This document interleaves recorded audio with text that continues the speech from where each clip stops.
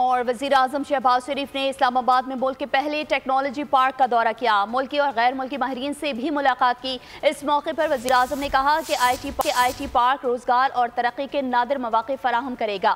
وزیر اعظم نے زور دیا کہ منصوبہ 2025 کے رواں سال ہی مکمل کیا جائے۔ منصوبے کی فوری تعمیر کے لیے ٹیم نے 24 گھنٹے کام کا عزم ظاہر کیا۔ پاکستان جدت کی راہ پر گامزن 25 ارب روپے کی لاگت سے اسلام آباد میں ٹیکنالوجی پارک تعمیر ہو رہا ہے۔ تعمیری کام کا جائزہ لینے وزیر اعظم سائٹ پر پہنچے۔ وزیر اعظم کو پارک کے مختلف حصوں کا دورہ کرایا گیا اور بریفنگ دی گئی۔ شہباز شریف نے میڈیا ٹاک میں ٹیکنالوجی پارک کے اغراض و مقاصد پر روشنی ڈالی۔ کورین انجینئر سے انگریزی میں تبادلہ خیال کیا۔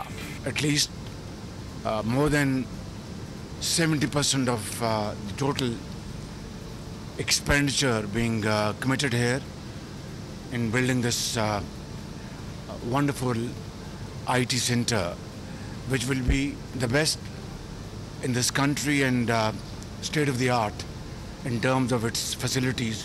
شہباز شریف نے زور دیا کہ منصوبہ 2025 کے بجائے 2024 تک مکمل کیا جائے، جس پر انتظامیہ نے بر وقت تعمیر کی یقین دہانی کرائی۔ میں نے گزارش کی ہے کہ وہ اسی سال یہ اسٹیٹ آف دی آرٹ یہ آئی ٹی پارک کو مکمل کریں، جو کہ پاکستان نہیں بلکہ اس پورے خطے میں ایک رول ماڈل ہوگا۔